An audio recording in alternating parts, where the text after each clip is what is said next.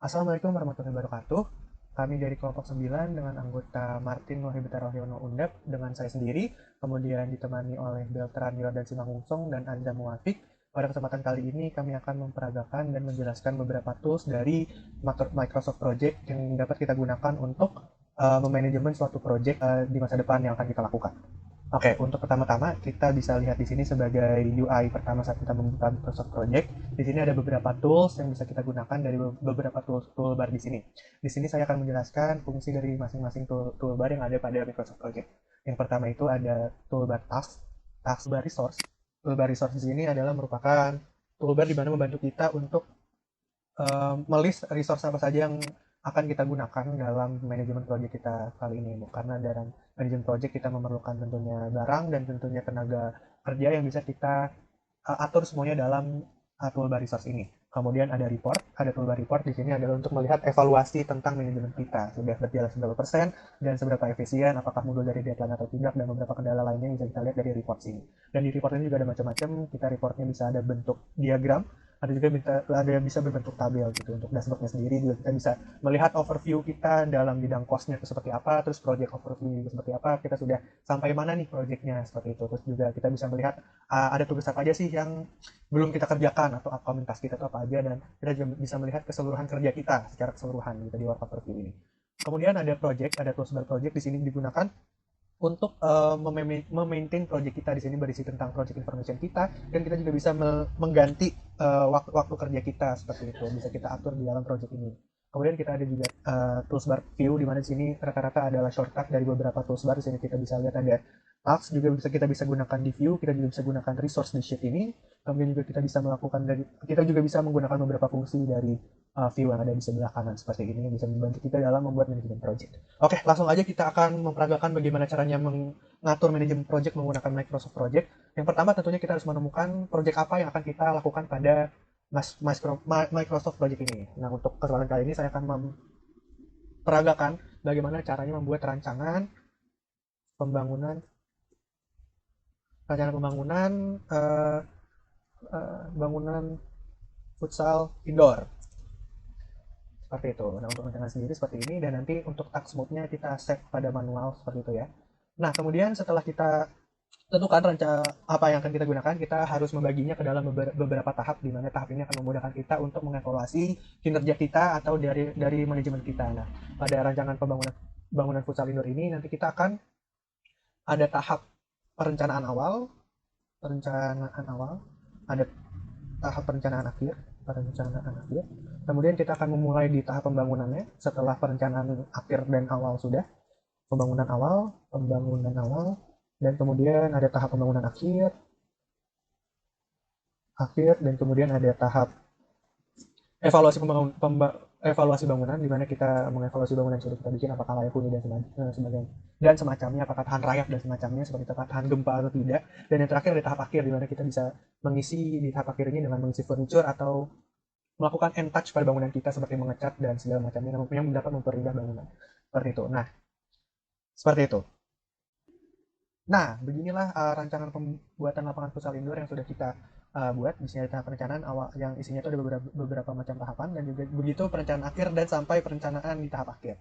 Seperti itu. Dan kemudian akan dijelaskan oleh teman saya. Baik, di sini saya akan menjelaskan mengenai fungsi setiap sel yang ada pada worksheet Microsoft Project pembuatan lapangan futsal indoor. Yang pertama, ada task name. Task name digunakan untuk memberi nama suatu tahapan selama proses pembangunan lapangan futsal indoor. Kemudian yang kedua ada duration.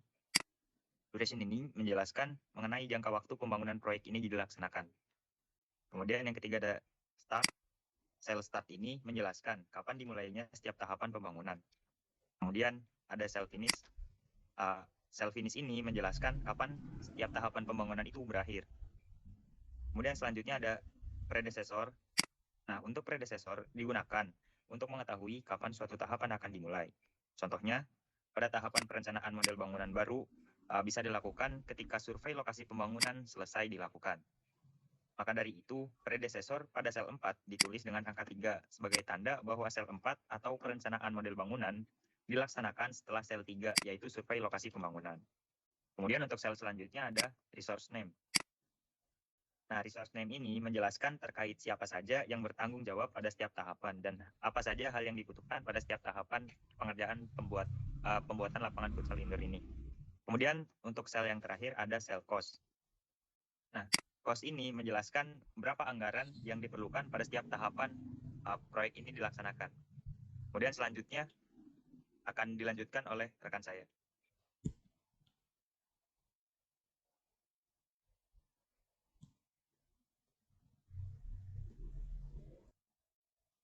Baik, selanjutnya itu adalah resource sheet, di mana ini dia terdiri dari banyak keterangan yang bisa membantu kita untuk memahami mengenai resource-resource yang ada dalam proyek ini. Jadi kita bisa memahami keterangan-keterangan dari para pelaku pelaksanaan dari proyek ini. Jadi langsung saja yang pertama itu adalah sel yang kolom resource name.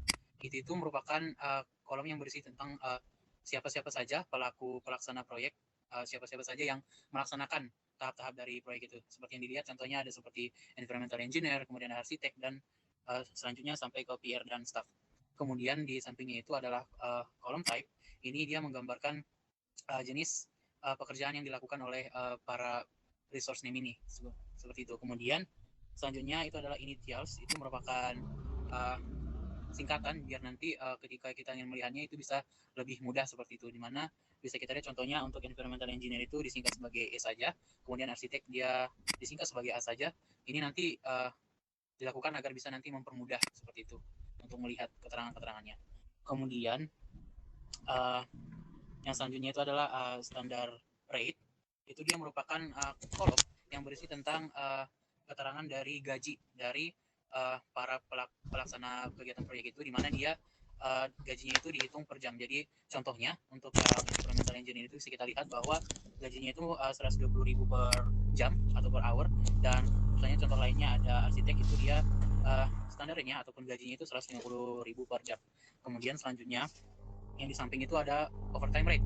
Nah, overtime rate ini dia merupakan keterangan apabila resource name ini ada kegiatan lemburnya seperti itu. Apabila para pelaku pekerja ini melakukan kegiatan lembur, maka tentunya dia akan mendapatkan gaji tambahan. Nah, nanti gaji tambahan lembur ini bisa kita isi di kolom sel yang overtime rate ini. Kemudian yang selanjutnya itu adalah kolom cost per use. Itu menggambarkan secara sederhana berapa gaji dari resource name ini sekali melakukan pekerjaan seperti itu. Nah, selanjutnya itu adalah accrued. Itu dia menjelaskan bagaimana resource name ini dia nanti dibayar. Nah, dia itu terdiri dari 3, itu ada start, kemudian ada prorated, kemudian ada juga nanti dia yang end.